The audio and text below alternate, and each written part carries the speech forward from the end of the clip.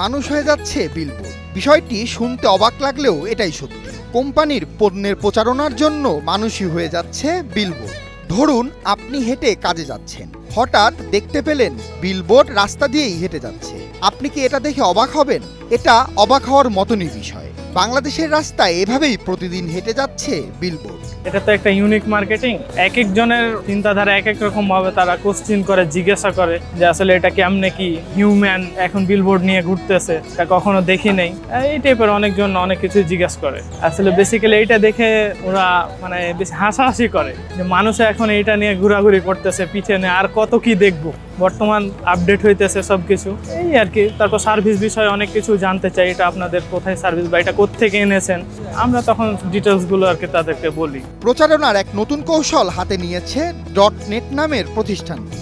Human বিলবোর্ডের সঙ্গে উন্নত দেশগুলো আগে থেকে পরিচিত থাকলেও বাংলাদেশে ছিল না এই ব্যবস্থা। তবে প্রচারণার মাধ্যম খুঁজতে গিয়ে প্রচারণার এই মাধ্যমটি খুঁজে পান তারা। নতুন কিছু করতে পারি, যে আমাদের একটা নতুন আইডিয়া জেনারেট করতে পারি, সেটা হচ্ছে হিউম্যান বিলবোর্ড। যেখানে হচ্ছে নর্মালি আমরা বিলবোর্ড যেটা দেখি যে বিভিন্ন জায়গায় হ্যাঙ্গিং থাকে বা বিভিন্ন জায়গায় লাগানো থাকে, কিন্তু এই বিলবোর্ডটা হচ্ছে আপনাকে এটা অল টাইম মুভ করবে। মানে একজন পার্সন এটাকে কাঁধে করে নিয়ে বা এটাকে হাতে করে নিয়ে বিভিন্ন জায়গায় মুভ করবে। সো এটা আপনি যে কোনো প্লেসে এটাকে আপনি ডিসপ্লে করতে পারবেন, আপনার মার্কেটিংটা আপনি যে কোনো জায়গায় করতে পারেন। বাট নর্মাল বিলবোর্ডের ক্ষেত্রে কিন্তু সেটা সম্ভব হয় না।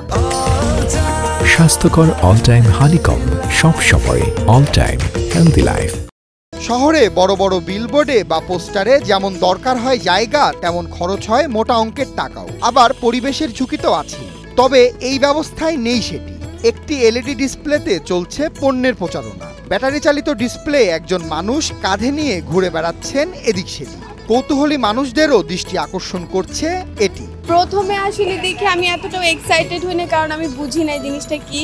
তারপর আমি যখন আমার হাজব্যান্ডকে জিজ্ঞেস করলাম, তখন ও আমাকে বললো যে এটা হচ্ছে মার্কেটিং করতেছে ওরা। এটা হচ্ছে একটা ডিভাইস, ইন্টারনেটকে ওরা হচ্ছে মার্কেটিং করে দেখাচ্ছে মানুষকে। ইন্টারেস্টিং জিনিসটা, পরিবেশ বান্ধব, মানে পরিবেশ দূষিত হচ্ছে না। বা অনেকে তো হচ্ছে অনেক ইন্টারনেট আমরা দেখি যে তারের সাথে লাগায়, দেয়ালের সাথে লাগায়, এটা আসলে ভালো।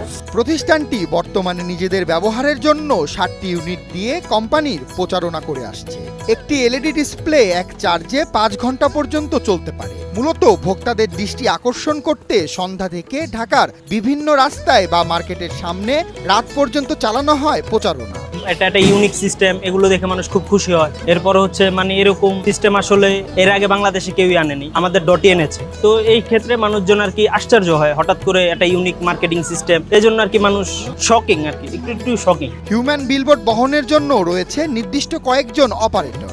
বিলবোর্ড বহনের পাশাপাশি কৌতূহলী মানুষদেরও বিভিন্ন প্যাকেজ সম্পর্কে বোঝানো যাদের কাজ।